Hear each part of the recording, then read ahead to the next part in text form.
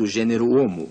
Somos hoje a única espécie de nosso gênero, mas restos fósseis mostram que no passado houve outras. Pertencemos à família dos hominídeos. Somos também o único gênero dessa família, embora no passado tenha havido outros. Nossa ordem é a dos primatas. Nesse nível temos muitos parentes vivos atualmente. Os chimpanzés, os gorilas e este orangotango são alguns dos mais próximos. A que classe pertencemos? Nossa classe é a dos mamíferos, o que indica que alimentamos os filhos com o leite produzido por glândulas femininas. A seguir vem o filo. Nosso filo é o dos cordados. Em termos simples, esse nome indica que temos uma corda dorsal em torno da qual se organiza o esqueleto. Note-se que à medida que subimos no sistema de classificação, encontramos cada vez mais parentes, mas que passamos a ter cada vez menos elementos em comum com os outros organismos. Por fim, nosso reino. Pertencemos ao reino dos animais. É assim que nos enquadramos no sistema por nós criado. Ao menos essa é a visão de hoje. Mas a taxonomia é uma ciência controversa e sempre em mutação. E é no nível mais básico da classificação, a espécie, que há mais controvérsia. Temos aqui uma falcoeira.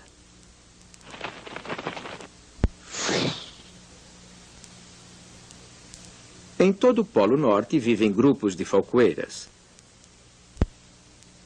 Uma variedade vive aqui. Podem acasalar-se e produzir filhotes férteis com aves que vivem nessa área. Por sua vez, esse grupo pode acasalar-se com outra variedade que vive aqui.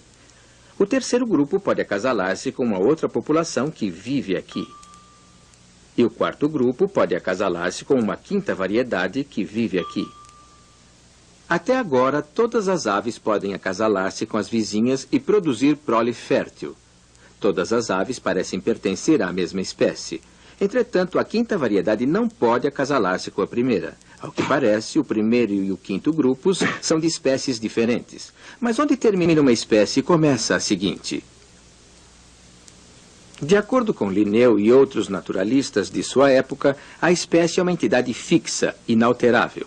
Uma espécie é uma espécie, sempre foi essa espécie e sempre será essa espécie. Naquele tempo não se conheciam problemas taxonômicos como os das falcoeiras. Foi então que, mais ou menos 100 anos depois da publicação da 10ª edição do Sistema Naturae, surgiu outro naturalista, Charles Darwin, que alterou o rumo da ciência. Darwin chegou à conclusão de que as espécies mudam com o tempo. Elas evoluem. Não foi o primeiro a pensar assim, mas foi o primeiro a propor um mecanismo evolutivo que fazia sentido e que pudesse ser aceito pela comunidade científica. Eis um fóssil de um estranho animal que recebeu o nome de Archaeopteryx. O fóssil mostra que a criatura possuía penas, tinha asas, parecia uma ave. No entanto, o fóssil tinha outras características. Ao contrário das aves modernas, o Archaeopteryx tinha uma cauda óssea e uma mandíbula provida de dentes, coisa que nenhuma ave atual possui. Claramente possuía garras, mas ao contrário de todas as aves de hoje, não tinha externo. Tudo isso são atributos de um réptil, ou mais precisamente, de um dinossauro. Se depenássemos um Archaeopteryx, provavelmente encontraríamos alguma coisa assim. Um pequeno dinossauro como muitos que existiam no tempo do Archaeopteryx. Como classificá-los? Era uma ave ou um dinossauro? Como tinha penas, o Archaeopteryx é considerado uma ave, a primeira que se conhece. A maioria dos cientistas o considera uma forma de transição. Um organismo que revela uma pequena parte do caminho da evolução. Charles Darwin observou que mesmo numa mesma espécie, nem todos os organismos são idênticos. Cada qual possui traços ligeiramente diferentes. Todo organismo de uma espécie enfrenta muitas pressões durante a vida. Predação, competição por alimento e reprodução, catástrofe, isolamento de outros da mesma espécie. Muitos hão de perecer antes de poderem se reproduzir. Os mais bem-sucedidos serão aqueles cujas características ligeiramente diferentes os ajudam a sobreviver melhor às pressões. Produzirão mais prole, a qual também possuirá as características úteis.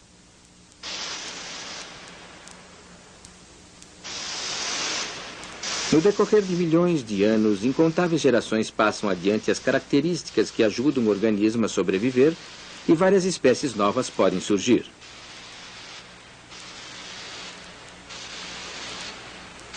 Espécies bem diferentes entre si e em relação aos ancestrais comuns. A isso se dá o nome de evolução por seleção natural.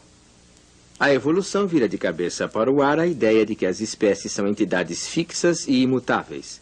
A confusão taxonômica não se restringe ao nível da espécie. Ela chega até o mais alto nível de classificação, o reino.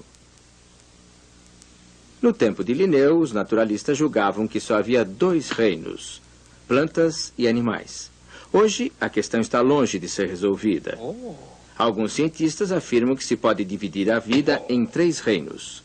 Outros já chegaram a propor até 13. De acordo com uma concepção muito aceita, há 5 reinos. São eles: os animais, aquele que o homem divide com centenas de milhares de outros animais. O reino dos vegetais, as plantas. O reino dos fungos, com cogumelos, lévidos, bolores e fungos. Os outros 2 reinos são os das moneras, que inclui as bactérias, e dos protistas, que compreende muitos organismos unicelulares. A grande maioria desses reinos só pode ser vista através de um microscópio. Talvez esses problemas de classificação nunca venham a ser resolvidos. Hoje em dia, quando tentam classificar e dar nome a uma espécie, os taxonomistas têm de examinar grandes populações de organismos. Existem imensas coleções de espécimes, mas a coleta organizada de campo continua a ser uma parte importante do trabalho dos modernos taxonomistas.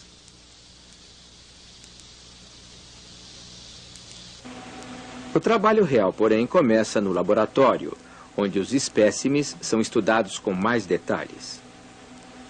Primeiro, o cientista faz uma seleção preliminar, com base em seu conhecimento do assunto. Ele examina todos os detalhes de um espécime, registrando pormenores aparentemente sem importância, como o número e a posição dos pelos no corpo da larva de um inseto. Às vezes, estuda a bioquímica de um organismo. Pode até examinar os cromossomos e usá-los como base para o agrupamento. O cientista pode recorrer a livros. Cada livro está organizado de acordo com o sistema de classificação atual.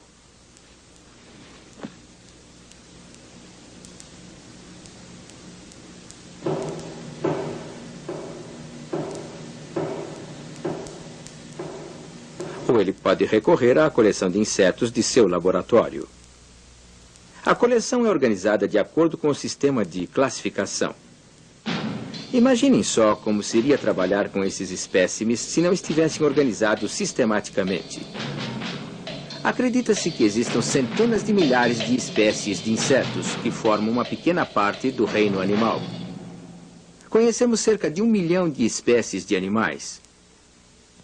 Mais ou menos 500 mil de espécies de plantas. Cerca de 100 mil espécies de fungos. Aproximadamente 5 mil espécies de moneras e cerca de 65 mil espécies de protistas. É evidente que, com tantos seres vivos cobrindo o mundo, se quisermos conhecê-los e transmitir esse conhecimento, temos de classificá-los.